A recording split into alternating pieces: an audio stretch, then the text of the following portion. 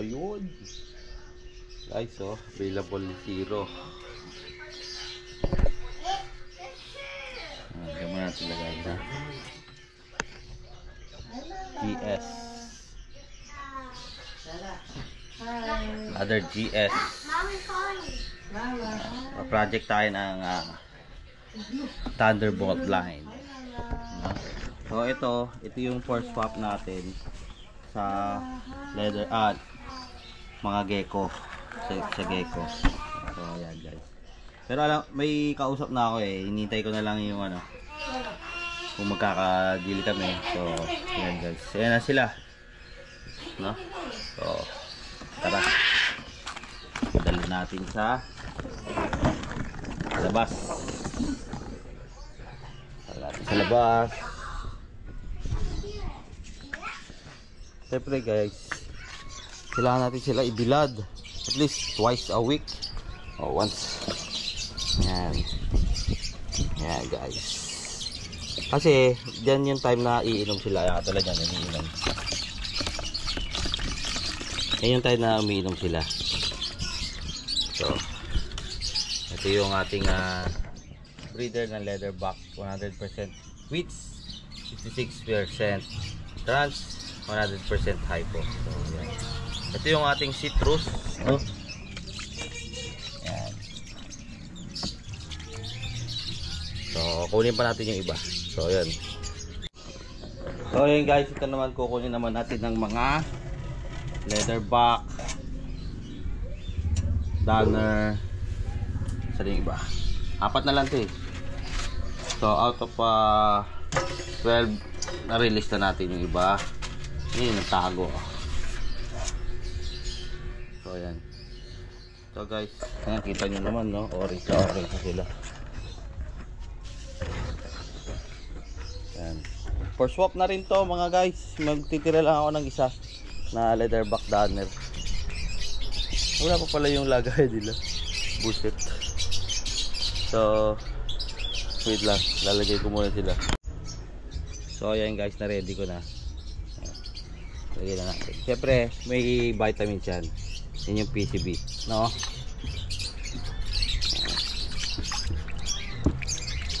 So yun nga, kailangan natin silang basain or isok every twice a week probably.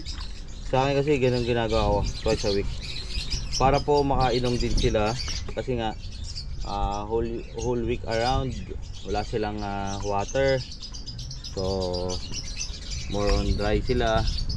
So yan na yung chance nila na magkaroon ng humidity sa katawan, tapos bibilad mo pa. So di parang wala rin, no? Parang ano lang talaga, para maging ano lang sila, maging malakas. Siyempre dito na yung chance na maglalagay ka ng vitamin sa kanilang iniinom, no? So yan. Kasi tabi po sa mga kumakain, sa mga nanonood, no? Kasi ilang baghari tumata po tayo ng mga poops. So ayan po sila ngayon guys. So ito available, no? Mga leatherback Danner, dalawang leatherback Danner female, saka isang Danner het wheats. Lahat po yan mga het wheats PH trans, ay PH wheats PH trans, sorry. So ayan, ito yung tatay nila, no? Yung nanay nila patay na kasi na accidentally breeding lang naman silang mga yan, itong mga to. So ayan. So ayan guys, no, nandito na tayo sa enclosure, wala na silang laman, no, yung mga binilad natin. So ito yung time naman na mag-general cleaning tayo sa kanilang mga enclosure. So ito itinuturo ko sa inyo o pinapakita ko sa inyo guys, para at least alam nyo rin na kailangan po silang linisin, no? Kahit na madumi, kahit na akala nyo malinis yan, no? Akala nyo malinis, no? Pero kailangan natin silang general cleaning. What is the general cleaning means, no?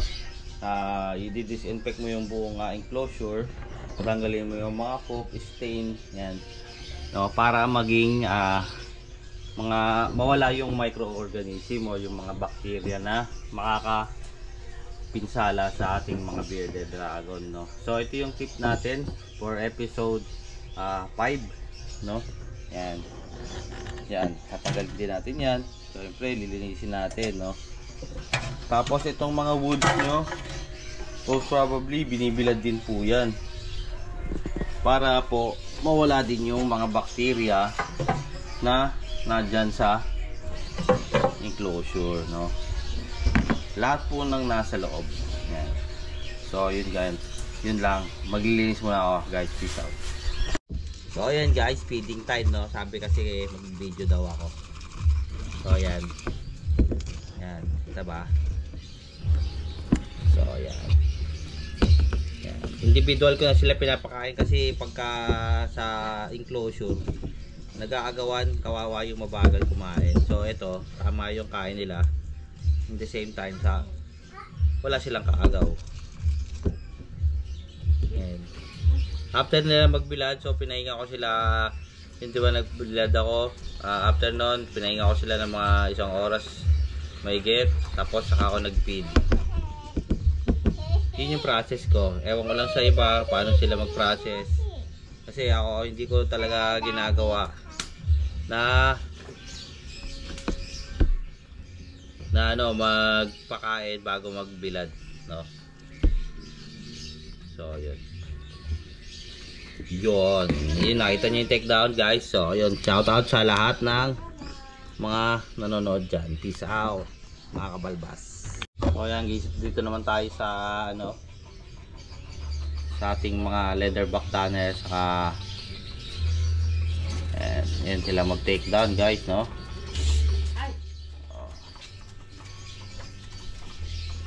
Nims pa rin kinakain, wala na, malalaki kasi yung iba kaya nims. So ayun guys, pakita natin na guys, very healthy po sila ha. Sa mga gustong mag-avail, available po yung 4 na yan. Message lang kayo. Orange jeans po sila.